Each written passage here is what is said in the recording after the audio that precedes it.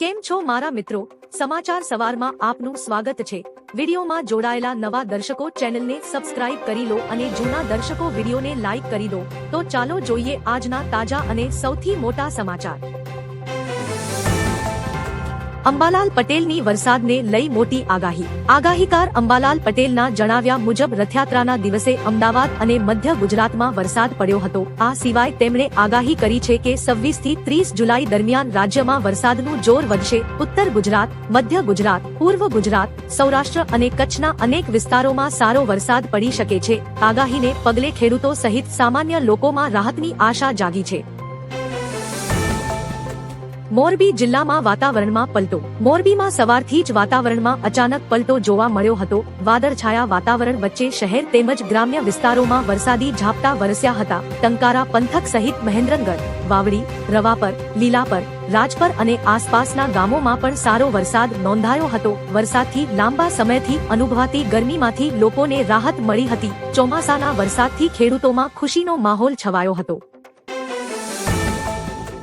6 system સક્રિય થતા સતત 7 દિવસ માટે ગુજરાત, અમદાવાદના બોપલ સહિત સુરત, વડોદરા, જામનગર, મોરબી, કચ્છ અને ભાવનગરમાં વરસાદ નોંધાયો હતો। હવામાન વિભાગે આગામી 7 દિવસ રાજ્યના વિવિધ વિસ્તારોમાં છૂટાછવાયા સ્થળોએ હળવાથી મધ્યમ વરસાદની આગાહી કરી છે। હવામાનની સિસ્ટમની વાત કરીએ તો દેશમાં હાલ કુલ 6 સિસ્ટમ સક્રિય છે। જો કે સીધી રીતે ગુજરાતમાં ભારે વરસાદ લાવી શકે એવી એક પણ સિસ્ટમ સક્રિય નથી। અષાઢી બીજે અમરેલીમાં મેઘમહેર। હવામાન વિભાગની આગાહી વચ્ચે ગુજરાતમાં ફરી વરસાદી માહોલ જામ્યો છે। અષાઢી બીજના દિવસે અમરેલી જિલ્લાના અમરેલી શહેર, જાફરાબાદ, રાજુલા અને લાઠી સહિતના વિસ્તારોમાં હળવાથી ભારે વરસાદ નોંધાયો। નાગેશ્રી, મીઠાપુર, દુધાળા, હેમાળ, ભૂંડણી, ડુંગર, કુંભારિયા અને વિક્ટર સહિતના ગામોમાં પણ સારો વરસાદ વરસ્યો। વરસાદથી ગરમીમાં રાહત મળી છે, જ્યારે ખેડૂતોમાં ખુશીનો માહોલ જોવા મળી રહ્યો છે। આગામી 6 દિવસ વરસાદની આગાહી। ગુજરાતમાં વિરામ બાદ મેઘરાજા ફરી સક્રિય થયા છે। બંગાળની ખાડીમાં સિસ્ટમ સક્રિય થતા હવામાન વિભાગે આગામી 6 દિવસ હળવાથી મધ્યમ વરસાદની આગાહી કરી છે। 16 જુલાઈએ અમદાવાદમાં નીકળનારી ભગવાન જગન્નાથજીની ભવ્ય રથયાત્રામાં પણ મેઘરાજા જળાભિષેક કરી હતી। અગાઉ 15 જુલાઈએ રાજ્યના 87 તાલુકામાં વરસાદ નોંધાયો હતો, જેમાં નડિયાદ અને પારડીમાં 1.5 ઇંચ વરસાદ ખાબક્યો હતો। શાહપુરમાં મુસ્લિમ આગેવાનોએ રથયાત્રાનું સ્વાગત કર્યું। ભગવાન જગન્નાથજીની 149મી રથયાત્રા મંદિરથી પ્રસ્થાન કરીને શાહપુર પહોંચી હતી, જ્યાં કોમી એકતાનો અનોખો સંદેશ જોવા મળ્યો। ભગવાનના દર્શન માટે ભક્તોની મોટી સંખ્યામાં ભીડ ઉમટી હતી। પરંપરા મુજબ મુસ્લિમ આગેવાનોએ રથયાત્રાનું ઉષ્માભર્યું સ્વાગત કર્યું અને જગન્નાથ મંદિરના મહંત દિલીપદાસજી મહારાજનું પણ સન્માન કર્યું હતું। આ પ્રસંગે સૌહાર્દ, ભાઈચારો અને ધાર્મિક એકતાનું સુંદર દૃશ્ય સર્જાયું હતું।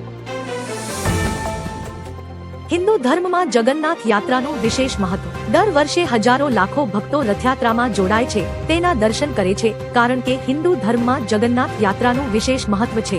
દર વર્ષે અષાઢની બીજની તિથિએ રથયાત્રા નીકળે છે, જેમાં ભગવાન જગન્નાથ પોતાના ભાઈ બલરામ અને બહેન સુભદ્રા સાથે રથમાં સવાર થઈને નગરયાત્રા પર નીકળે છે। રથયાત્રાના ત્રણેય રથ બનાવતી વખતે લોઢાની વસ્તુઓ ઉપયોગમાં લેવાતી નથી। રથ લાકડાથી બને છે, તેનું લાકડું પણ લીમડાનું જ હોય છે।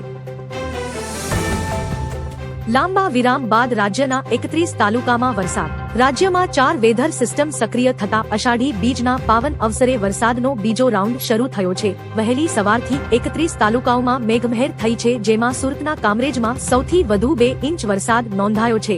આ વરસાદથી ગરમીમાં મોટી રાહત મળી છે, જ્યારે હવામાન વિભાગે અમદાવાદમાં થંડરસ્ટોર્મ અને આગામી 7 દિવસ સમગ્ર રાજ્યમાં ગાજવીજ સાથે વરસાદની આગાહી કરી છે।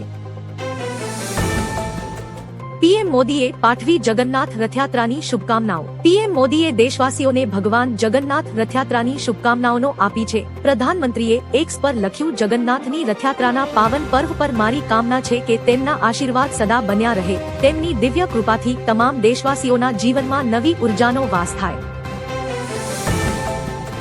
ધોલેરા આંતરરાષ્ટ્રીય એરપોર્ટનું 80% કામ પૂર્ણ. ઉડ્ડયન મંત્રી રામ મોહન નાયડુએ જણાવ્યું કે ધોલેરા આંતરરાષ્ટ્રીય એરપોર્ટનું કુલ બાંધકામ 80% પૂર્ણ થઈ ગયું છે. ટર્મિનલ બિલ્ડિંગ 75% તૈયાર છે, જ્યારે રનવે, ટેક્સીવે અને એટીસી ટાવર 100% પૂર્ણ થઈ ગયા છે. કોન્ટ્રાક્ટરોને બાકીનું કામ સપ્ટેમ્બર સુધીમાં પૂર્ણ કરવા સૂચના આપવામાં આવી છે. આગામી 3 મહિનામાં ડીજીસીએ લાયસન્સ મેળવીને સપ્ટેમ્બર-ઓક્ટોબર 2026 સુધીમાં એરપોર્ટને કાર્યરત કરવાનું લક્ષ્ય છે. પીએમ કિસાનના 24મા હપ્તાની રાહ પૂરી. પીએમ કિસાન સન્માન નિધિના 24મા હપ્તાની રાહ જોતા ખેડૂતો માટે સારા સમાચાર છે. જો બધું આયોજન મુજબ રહ્યું તો સરકાર શારદીય નવરાત્રી બાદ અંદાજે 10 ઓક્ટોબર પછી 24મો હપ્તો ખેડૂતોના બેંક ખાતામાં જમા કરી શકે છે. અગાઉનો 23મો હપ્તો 20 જૂન 2026 જારી થયો હતો. યોજના હેઠળ લાભ મેળવવા માટે ઈ-કેવાયસી ફરજિયાત છે. ખેડૂતો પીએમ કિસાન અને આધાર ફેસ આરડી એપની મદદથી ઘરે બેઠા મોબાઈલ દ્વારા સરળતાથી ઈ-કેવાયસી પૂર્ણ કરી શકે છે. શું એનર્જી ડ્રિંક્સ પર ગુજરાતમાં પ્રતિબંધ મુકાશે? ગુજરાતમાં યુવાનોમાં વધતા વ્યસન વચ્ચે રેડ બુલ અને સ્ટિંગ જેવા 8 એનર્જી ડ્રિંક્સ પર પ્રતિબંધની ચર્ચા જાગી છે. રાજસ્થાનમાં આ ડ્રિંક્સ પર પ્રતિબંધ મુકાયો છે, જ્યારે મહારાષ્ટ્રમાં શાળાઓ નજીક વેચાણ પર રોક છે. ડોક્ટર્સના મતે તેમાં રહેલા કેફીનથી હાર્ટ સંબંધિત જોખમ વધી શકે છે. કંપનીઓની ગેરમાર્ગે દોરતી જાહેરાતો બદલ એફએસએસએઆઈ એ 1 જુલાઈએ 6 મોટી બ્રાન્ડ્સને નોટિસ પણ ફટકારી હતી.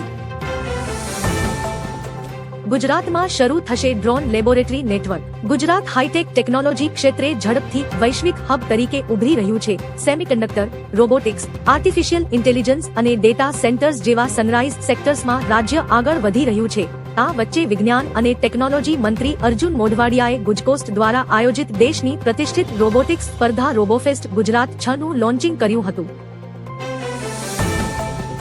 પુરી જગન્નાથ રથયાત્રામાં નાસભાગ થતા એકનું મોત. ઓડિશાના પુરીમાં વિશ્વ પ્રસિદ્ધ રથયાત્રા દરમિયાન એક દુઃખદ ઘટના બની, જ્યાં એક ભક્તનું ગુંગળામણને કારણે મૃત્યુ થયું હતું. ઘણા લોકો ઘાયલ થયા હોવાની આશંકા છે. લોકો વિશાળ રથ ખેંચતી વખતે રાહ જોઈ રહ્યા હતા, ત્યારે એક ભક્ત ગુંગળામણને કારણે બેભાન થઈ ગયો. તેને તાત્કાલિક પુરી જિલ્લા મુખ્યાલય હોસ્પિટલમાં લઈ જવામાં આવ્યો, જ્યાં ડોક્ટરોએ તેને મૃત જાહેર કર્યો હતો.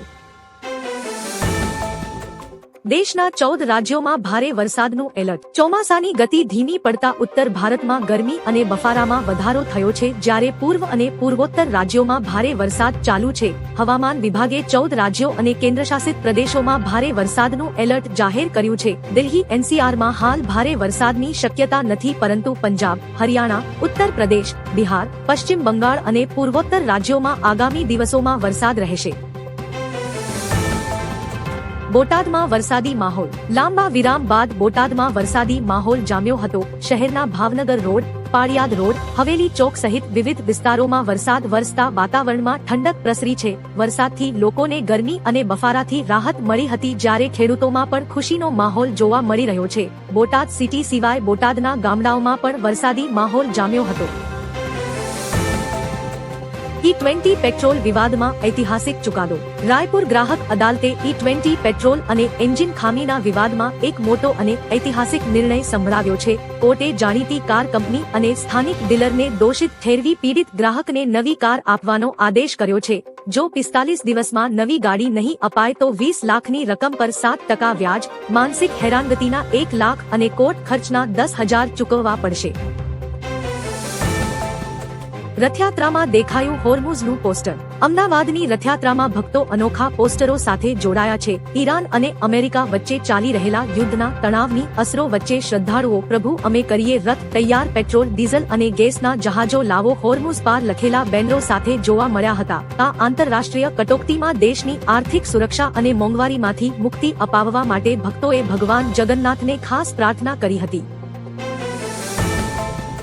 પૂર્વ કચ્છમાં વરસાદી ઝાપટા. પૂર્વ કચ્છમાં આજે સવારથી જ અદ્ભુત વરસાદી માહોલ જામ્યો છે. રાપર અને ગાંધીધામ શહેરી વિસ્તારો સહિત રાપરના બાલાસર તેમજ રામવાવ જેવા ગ્રામ્ય પંથકોમાં મેઘરાજાની મહેર જોવા મળી હતી. કચ્છી નવા વર્ષના પવિત્ર દિવસે જ છૂટોછવાયો વરસાદ વરસતા લોકોમાં ભારે ખુશીનો માહોલ વ્યાપી ગયો છે. આ સોનેરી વરસાદને પગલે સ્થાનિક ખેડૂતોમાં પણ આગામી સમયમાં સારો પાક થવાની નવી આશા જાગી છે.